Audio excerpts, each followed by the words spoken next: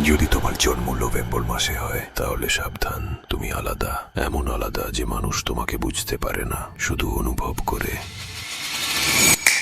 Psychology বলে তোমার ভিতরে একটা সাইলেন্ট স্টর্ম কাজ করে, যা তোমাকে একদিকে আকর্ষণীয় আবার অন্যদিকে বিপজ্জনকও করে তোলে। তুমি রহস্যে ভরা মানুষ, তুমি কম কথা বলো, কিন্তু তোমার চোখ আর চোখেই সব উত্তর লুকানো থাকে। তুমি জানো কাকে কি বলতে হবে আর কখন চুপ থাকা শক্তিশালী উত্তর। তোমার নীরবতাই তোমার পাওয়ার, কারণ মানুষ সব সময় সেই জিনিসের প্রতি আকৃষ্ট হয় যেটা বোঝা কঠিন। তুমি ইমোশনালি গভীর, তুমি ভালোবাসলে ভেতর থেকে ভালোবাসো, ঘৃণা করলে ভেতর থেকে ঘৃণা করো। তোমার একটুখানি দৃষ্টি, একটুখানি আচরণও খানি আচরণেই মানুষ তোমার দিকে টান অনুভব করে। তুমি কারো জীবনে ঢুকলে তাদের পক্ষে তুমি কন্ট্রোল নিতে জানো। তুমি কোথাও গেলে মানুষ নিজে থেকেই তোমার দিকে খেয়াল দেয়। তোমার ভেতরে একটা অদৃশ্য প্রভাব আছে, তুমি কিছু না বললেও সবাই তোমার উপস্থিতি অনুভব করে। তুমি পরিস্থিতিকে নিজের মতো ঘুরিয়ে নিতে জানো, সেটাই তোমার ডার্ক চার্ম। তুমি ক্ষমা করো কিন্তু ভুলে যাও না। তুমি চুপচাপ থাকো,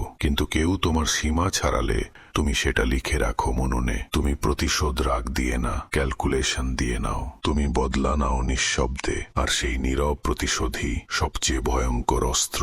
তুমি থামতে জানো না। তুমি যখন কিছু করার সিদ্ধান্ত নাও তখন পৃথিবীও তোমাকে থামাতে পারে না। তুমি লক্ষ্য স্থির করো, তারপর বাকি সবকিছু অদৃশ্য হয়ে যায় তোমার চোখে। এই লেজার ফোকাসই তোমাকে অন্যদের থেকে আলাদা করে তোলে। তুমি বর্ন উইনার।